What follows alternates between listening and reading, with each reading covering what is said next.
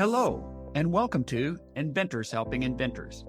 I'm your host, Alan Beckley, inventor of the Wonder Wallet.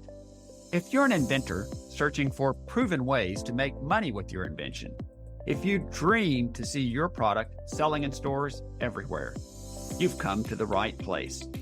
There's no better place to get help than from experts, inventors who've already achieved success.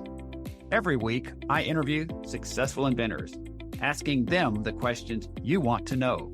Tune in to learn from the experts so you can get your invention out of the tank and into the bank.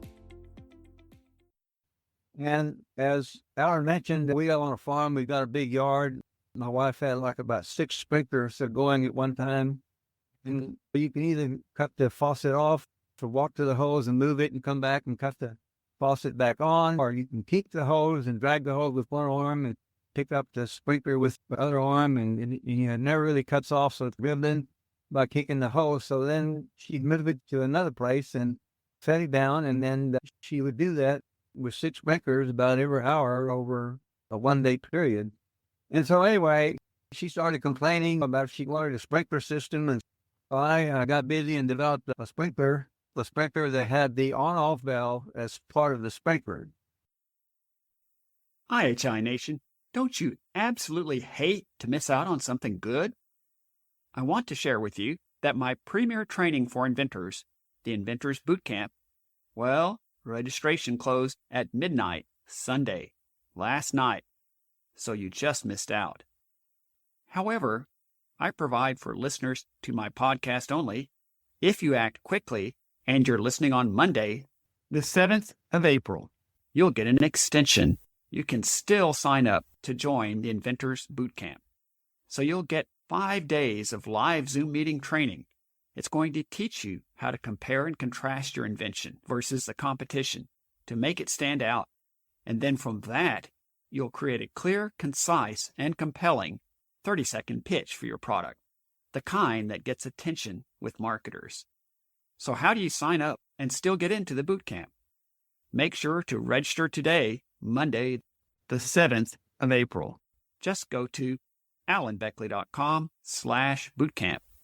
And oh, by the way, all this training, the 5 days of live Zoom meetings, is available to you for only $47.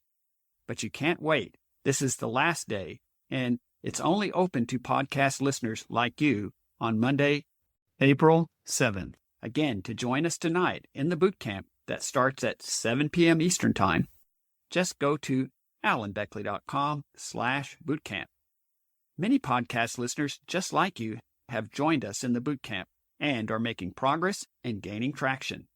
I look forward to seeing you in the bootcamp tonight. Welcome to episode number 499.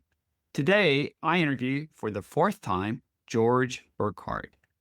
George Burkhardt describes himself as a farm boy from San Antonio. But this farm boy has a master's degree in engineering where he worked for the Air Force until he retired. During this time, he became an inventor and a successful inventor with 9 patents to his name and multiple products licensed. I think you're really going to enjoy this short follow-up interview with George Burkhardt.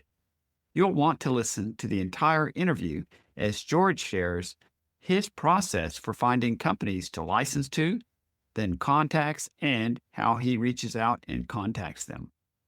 Also, the number one reason why George thinks that many inventors do not achieve success and his solution to that dilemma. And finally, why he prefers to invent into segments he describes as dead art and the benefits of doing so.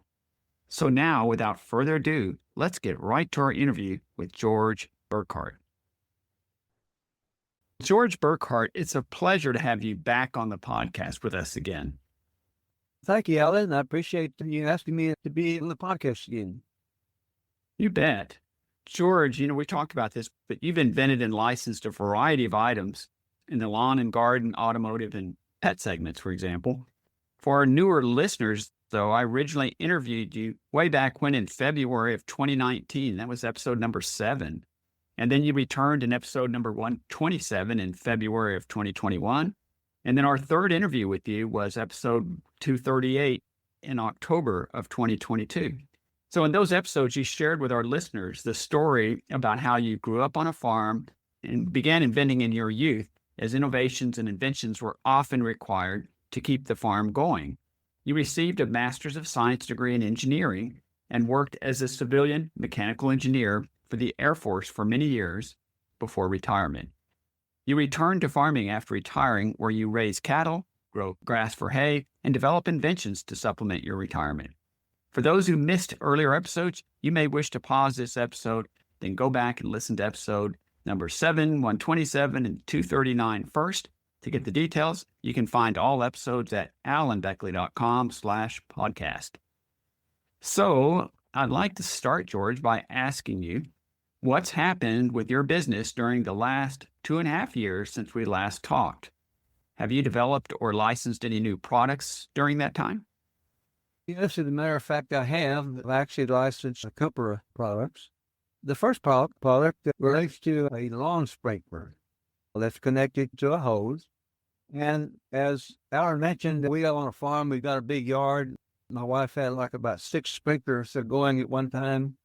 And you can either cut the faucet off or walk to the hose and move it and come back and cut the faucet back on, or you can keep the hose and drag the hose with one arm and pick up the sprinkler with the other arm, and it never really cuts off, so it's ribbon by kicking the hose. So then she'd move it to another place and set it down, and then she would do that with 6 sprinklers about every hour over a 1-day period.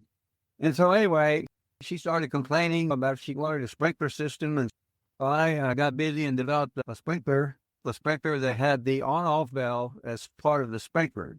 And then I connected like a spiked wheel to the on-off valve, and the end result was such that when you pull the hose, the sprinkler would turn off. And then it's just a matter of picking up the sprinkler and moving it to its new location, and then pulling the hose again 2 or 3 inches, and you turn it back on. Plus, you can also adjust how far the sprinkler is sprinkled or the sprinkler coverage by how far you pull the hose when you turn it back on. Anyway, so that kind of got out of a problem there with all the sprinkling that my wife had to do. And then I talked to other people, and they all had same situations. So I realized that was a problem that needed to be fixed. Then I realized that, as it turned out, that was the only sprinkler that works with these expandable hoses, because since the valve is part of the sprinkler, the hose stays pressurized and extended when the sprinkler is off. So anyway, I did a sell sheet and turned in a patent application, and actually it was a utility patent application. And so then I licensed that sprinkler to a company called Faultless Starch Company. And you would ask, what would a starch company have to do with sprinklers? And it turned out they have a division called the Garden Weasel division that makes garden hand tools. And now one thing I'd like to point out to the listeners is the fact that I licensed this sprinkler, as I say, to the Garden Weasel division of Faultless Starch, but they don't make sprinklers. So I realized that since they make garden tools, maybe they might want to start a new sprinkler line and add to their product. And so anyway, as it turned out, they did. They licensed they wanted to start a new product line, so they licensed a sprinkler. And then they sent me and my wife to the Faultless Starch headquarters and toured us around. And then later on, they made a big movie to try to promote the sales. And again, they sent me again to the factory to help make the movie and did testing. Anyway, that worked out really well. And then another product that I developed was I live on a farm and we have dogs, but I've never really used a retractable dog leash until I went to my daughter's, and she wanted me to go out and walk the dog, and she gave me this retractable leash. And I realized that, hell, there's a lot of problems with this leash, because you got to keep watching the dog. And when the dog gets too far, you have to turn the brake on. And then when the dog starts coming back toward you, you have to release the brake so that it won't drag the ground or the dog get tangled up in his legs. And so I realized there was a problem there. And so then I got back, developed a retractable leash such that you could set it to any distance you were to set it at, and it would always retract. So you wouldn't have to keep monitoring the dog whereabouts, and you could just It made the walking the dog much more enjoyable and safe. I made a prototype of that. I designed it on CAD, developed it, and 3D printed it. And then I licensed that to another big leash manufacturing company here in San Antonio.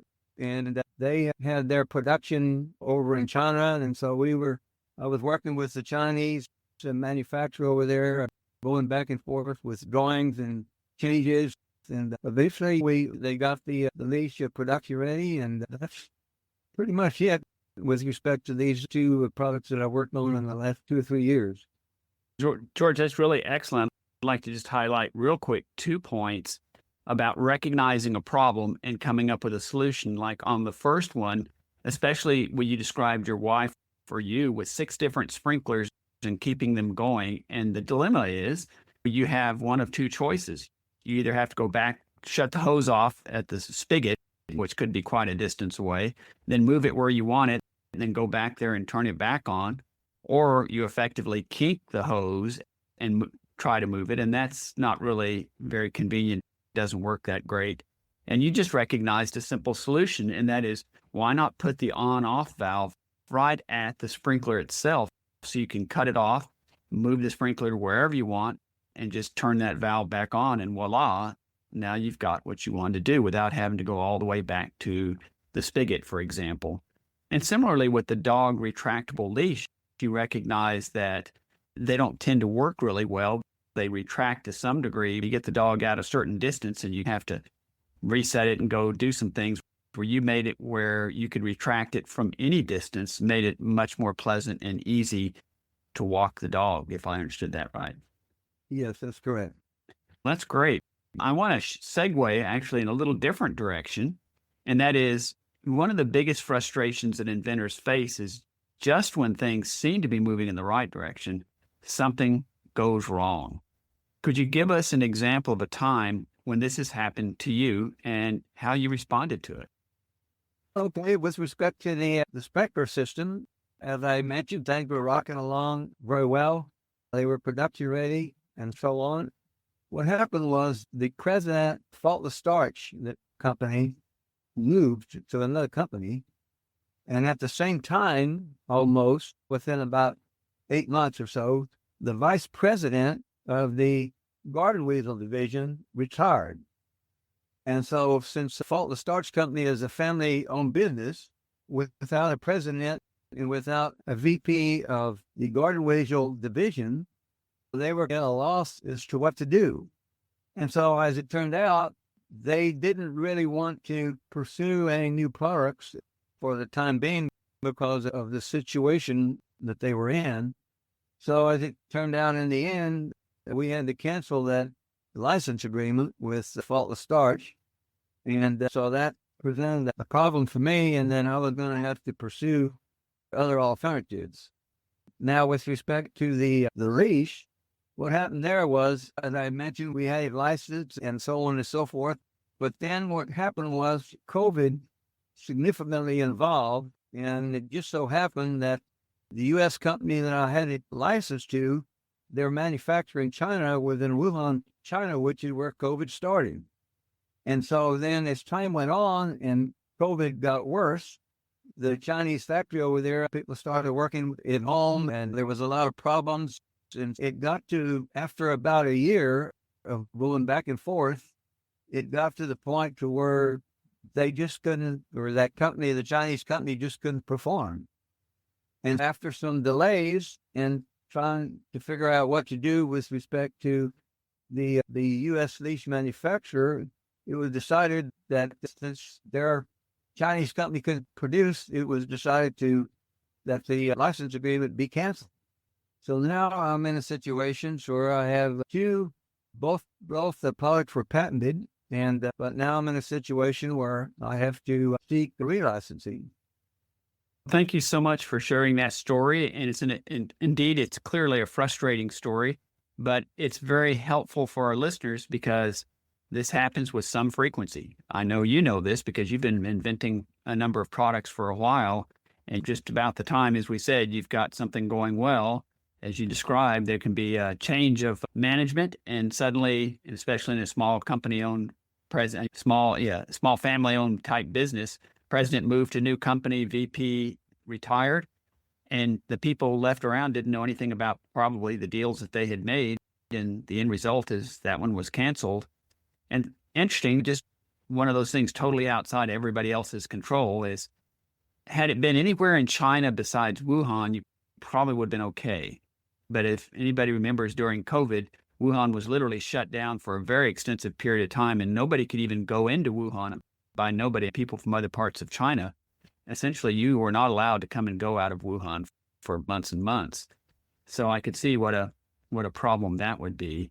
So this is part and parcel of being an inventor, but I'm sure you will be able to relicense both of those and hopefully license them to a better home, shall we say. Being an inventor, one of the first things, I guess, that you need to realize is that you don't take no, or you don't take problems as a gospel, so to speak. You have to keep yourself motivated, and that when you hit a snag or a problem, you got to keep moving forward.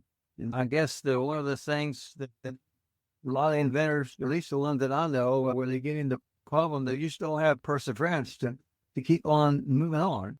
And so in this situation, with respect to the sprinkler, I've got to find another licensee, and which means I'm going to start digging around and seeing what I can come up with.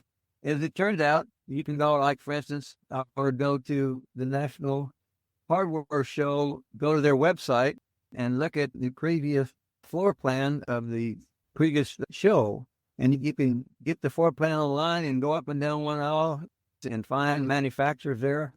And then you get their phone number, you go to LinkedIn, find out who to contact, and you start contacting other companies. Because typically, like at the National Hardware Show, the gardening equipment and stuff is in one area, so you can just focus on that one area of the trade show. As I say, I'm doing this online. Also, you can just go to Google, and now actually you can use AI and just search for competitors to say some of the companies that you thought maybe would be good licensees. And so you wind up getting a number of companies to start contacting. And also you can go on the Google Images and look at all the images of different products and see if there's companies there that you can contact. But anyway, you get the name of say the marketing people and the company of interest, and you start making phone calls and then send them the sell sheet, so on and so forth. Anyway, as it turned out, I licensed the sprinkler to a company, a fairly big company that makes expandable hoses, because they realized that maybe this is the only sprinkler that works with expandable hoses. And they sell to Walmart and Home Depot and so on, and it looks like it'll be a good fit. They presently made some CAD designs in the process of doing testing. Well, hopefully that'll work out. And I like to mention, though, there again, when you're trying to call companies to license, you don't necessarily have to pick a company that makes exactly the same thing. You might want to look for a company that makes a derivative with the product. Like in this particular case, this company makes expandable hoses. They didn't make sprinklers, but they make something that would be to promote their hoses. And it was the same thing with the sprinkler. This company made hand tools, but they realized that if they got a line of sprinklers, that would promote the use of their hand tools, because the garden grows better and you need more sprinklers. So anyway, and with respect to the retractable reach, there again, I go to trade shows. In this particular case, I go to now do this online, to the Global Pet Show. The other one is the Super Zoo trade show. And you start there again and going down the floor plan and looking for companies that be a good fit. And as I say, you go online and look for pet companies looking for new ideas. And so you get a handful of companies that you see could be a good fit. And you go to LinkedIn, find the person to talk to, typically in marketing, and you start making calls. Anyway, so as it turns out, I've got another company.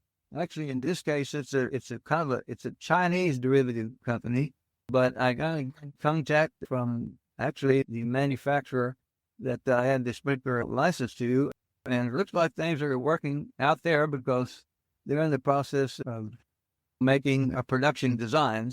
Like I say, it's not on the market yet, but we're making progress and looking like it's going to work out well. Well, George, that sounds really good. And I particularly like you sharing actually an idea that I'd not heard of before directly. I've always heard like National Hardware Show that people would go when they're getting ready to go to the show, then they would go to the current year's listing. But I never thought about the fact that you could use the prior year's attendees and go up and down all of those and use them as a laundry list for finding potential licensees. So that's a really excellent idea that anybody could do, whether they're going to a show or not. So I think that's a really good idea. As we roll towards a close, I'd like to ask you, are there any parting words you'd like to leave us with? Like I said initially, from what I know, first of all, I'm vice president of Alamo Inventors in San Antonio, Texas. Yeah, I'm around a lot of inventors or inventor wannabe. And so I typically hear problems and the situations they're in. And one of the most important things that I hear is the reason why inventors don't meet their goals is because they don't persevere. They get distracted too easy, or they'll take a no as a gospel and just quit, or as I say, or they get distracted. Oh, I think I'll just watch TV tonight instead of working on this thing, or I'll go out into a party. In other words, it appears to me that a lot of inventors are just looking for excuses not to pursue. And so that's the reason why I think one of the most important that inventors have, you've got to keep moving and don't take no as an answer. And just, to me, that's the key thing that most inventors run up against as to why they don't get stuff on the market and pursue their dreams. I agree wholeheartedly. And I'd like to actually expand on what you said there just a bit. And I think at the root of it is treating inventing as if it's not a business, more like just a hobby. If it's a hobby and you just want to tinker, that's fine, but don't expect to make any money from it. But the bigger thing is, and you've mentioned a couple different times, and those who've listened to podcasts have heard me say this a few times, what I call the 3 Ps for successful inventing: patience, perseverance, and persistence. And I've never yet met a successful inventor that didn't have all 3 of those. And your story illustrated clearly all 3 of those, and especially perseverance, as you described here. They give up. They run into headwinds and have a couple problems. They throw their hands up and say, oh, I'm not meant to do this. And no, this is the way it always works. Well, what's the next plan? Things are shut down, Wuhan factory. Oh, are we done? No, we'll see if we go relicense to somebody else, that kind of thing. I like that you described that, and I think that is a common problem. And some people, as you said earlier, are really just wannabe inventors. They heard somewhere you could make a bunch of money inventing something, and they thought maybe you don't have to spend a lot of money to do it. You just go sell somebody your idea. And then they come to Alamo Inventors or anywhere else for a professional forum, and they soon find out that, no, that's not the way inventing works.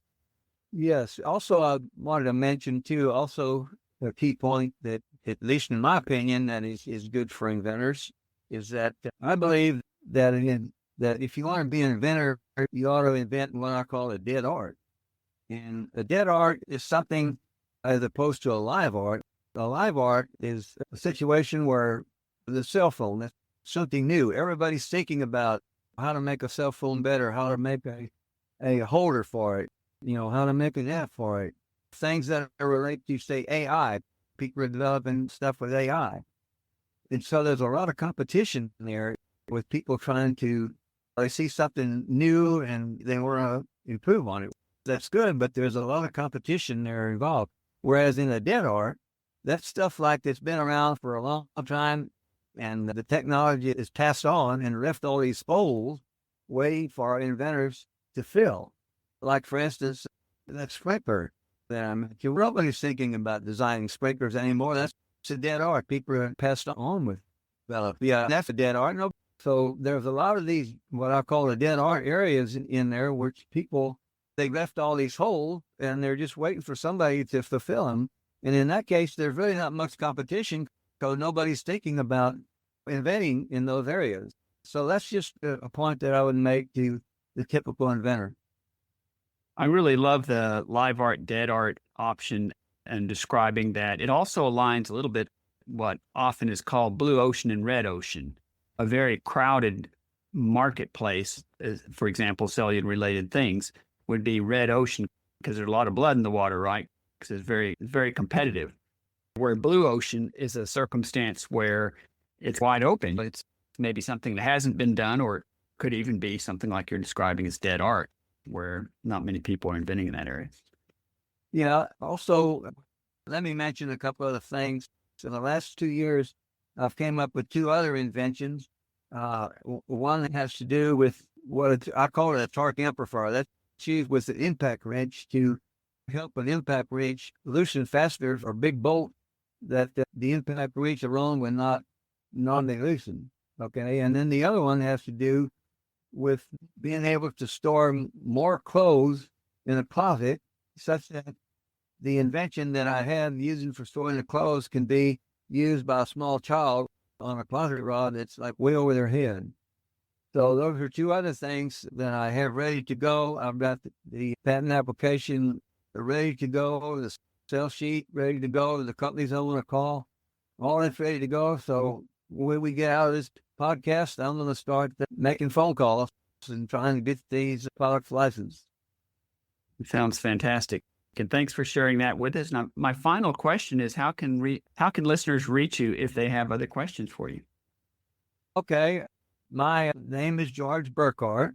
And so my email address is G for George, W for Wayne, which spell my last name Burkhardt, Burkhart, D as in David, T as in Tom, @gmail.com. I also don't mind if you want to call me at 210-240-5011. Great, man. All right. Thank you so much for that, George. In other words, they can reach you at GW Burkhardt, spelled Burkhardt, @gmail.com. And they actually can call you at 210-240-5011. Did I get that right? That's correct. George, I want to thank you so much once again for being on the podcast with us and sharing more about your inventor's journey and your approach to inventing and what you do when things don't go right and things like that, which is enormously valuable to our listeners. So thanks once again for being on the podcast, and we'll reach out to you again in another 6 months or a year or 2 years or however long and get you back on the podcast. So thanks a lot for being on the podcast. Thank you much, Alan. Have a good one. Take care. You too. All right. Wouldn't it be great to meet every month with successful inventors who share their resources, tips, and tricks for success with you?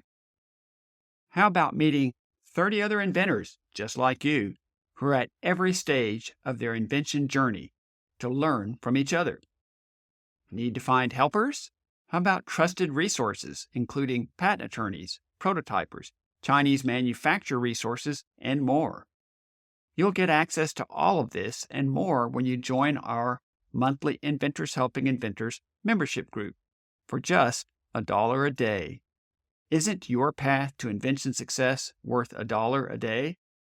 Just go to alanbeckley.com/IHI35 to join us now in the membership group.